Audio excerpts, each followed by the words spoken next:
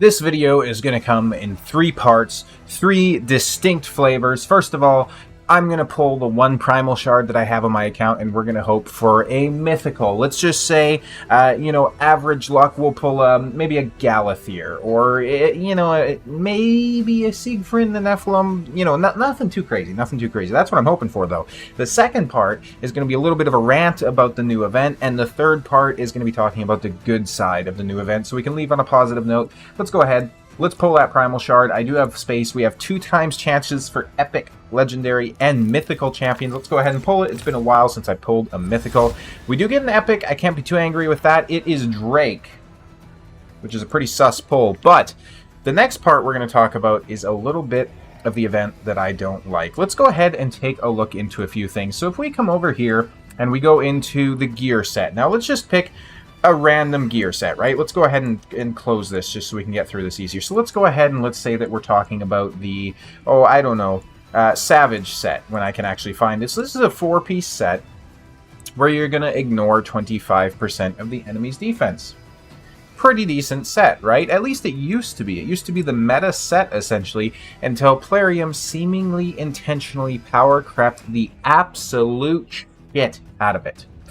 With all that power creep in mind, we then got a set like Lethal, which, to be fair, is farmable from the Doom Tower, preferably Doom Tower Hard, where you can farm the Dark Fae and get some of this set and craft it and use your glyphs and all that sort of good stuff, right? This is crit rate plus 10%.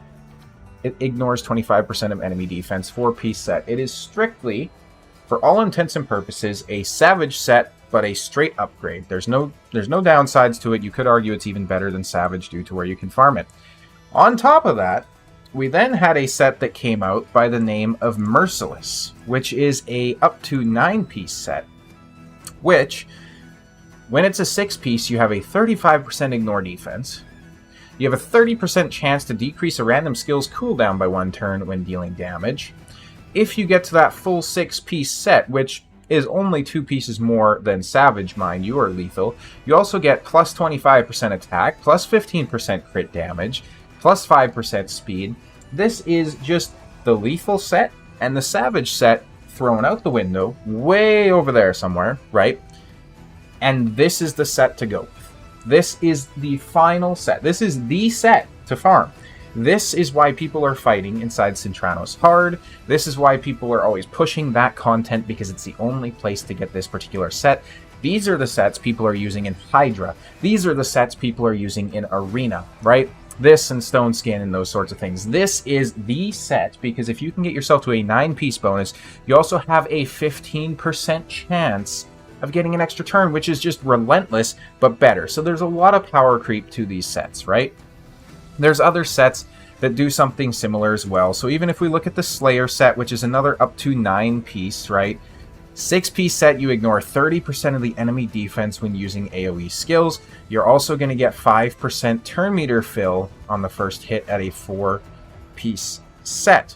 You also get crit rate, crit damage, speed, all that sort of good stuff. So from this set alone, you're getting 15% crit rate, 15% crit damage. An insane set, right?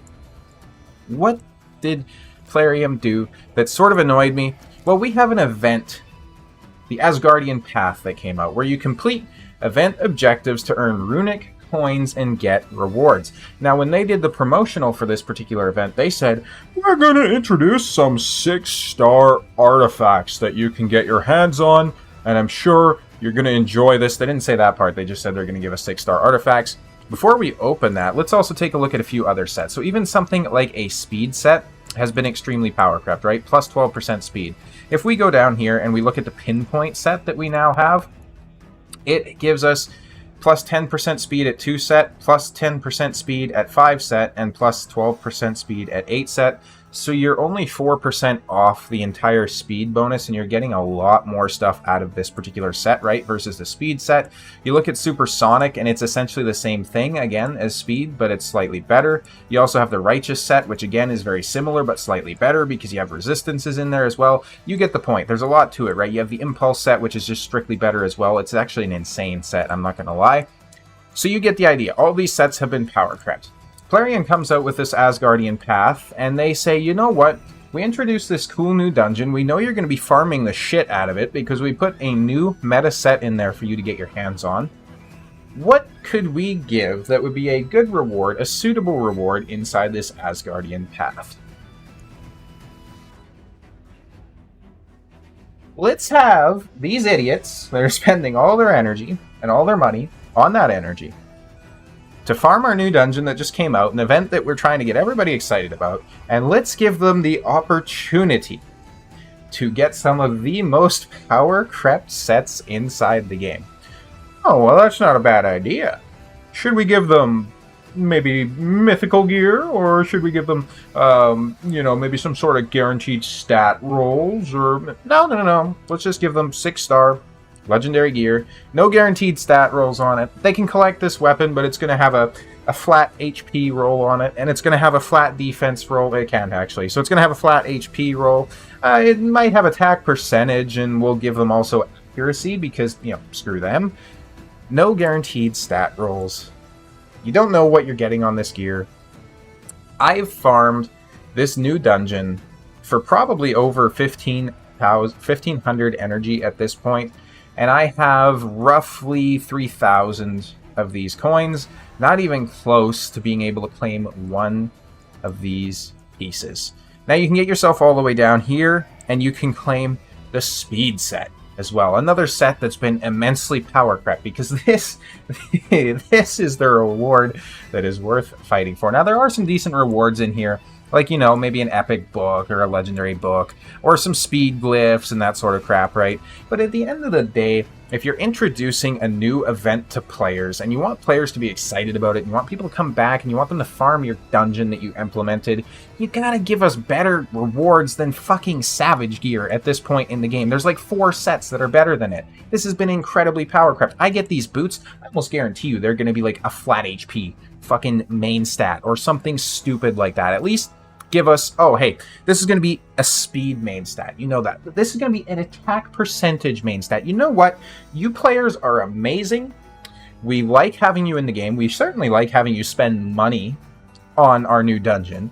So we're going to give you Savage, but you get to choose the main stat of the gear that you claim. You don't get to pick the substats. So if you pick attack percentage main stat, it still could be an absolute trash substat roll. But no, we don't get any of that. We don't get that whatsoever. We get here, have this 6-star trash gear. You don't know if it's going to be good. You don't know what you're actually getting with it. And it is obscene, the point requirements. I'm sure somebody like Saf could do the actual math on this to work out how much energy you'd have to spend on, Fire Knight Heart or whatever to get a piece like this. But at the end of the day, I am very disappointed with this particular event. That is going to be the rant out of the way. Let's talk about some of the good things. The good things, first of all, is this Loki Chase event.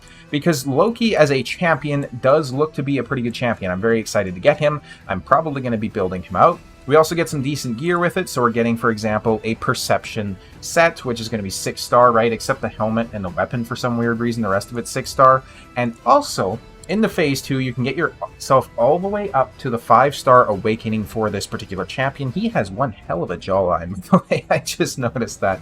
And you can also get yourself some other cool stuff, like a Primal Shard. You can get yourself an avatar, some Plarium Play Points, or whatever it's called, as well as some energies and stuff to go along with that, right? So I'm very, very happy with this. The Loki Chase, absolutely no issues with this. These events are done very well. We've seen the first implementation of it with Chronicler Adlin, who is a pretty ass champion, in all honesty, but her login event was very cool. I was able to get myself the 5-star Awakening for it, right? So if I ever do need her, I at least have that. So props to Plarium on this. This was very well done.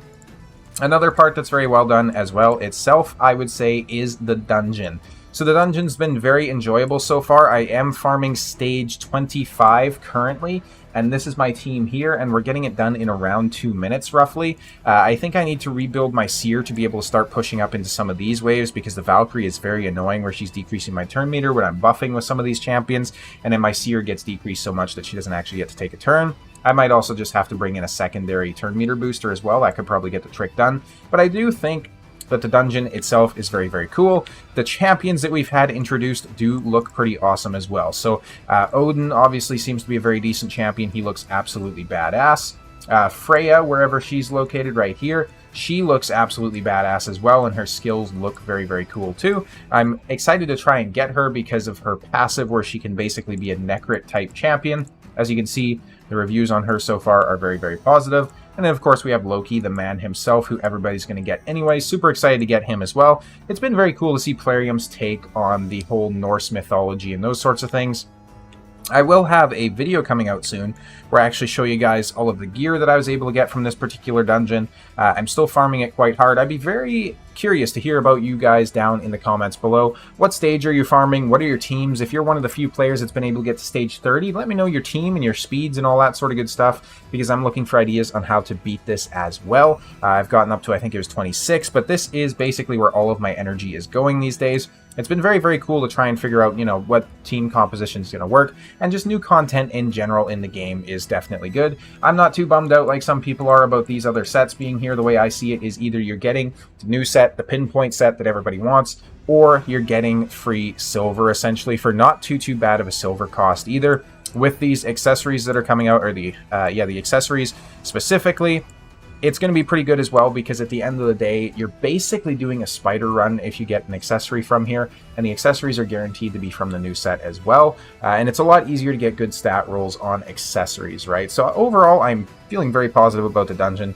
Just figured I'd get that little rant out of the way too with the crappy rewards for this event, so this is probably the worst event that we've seen come out that goes along with one of these particular dungeon divers sort of things. Just disappointing. Thank you guys all so much for watching as always, though, and I'll see you in the next video.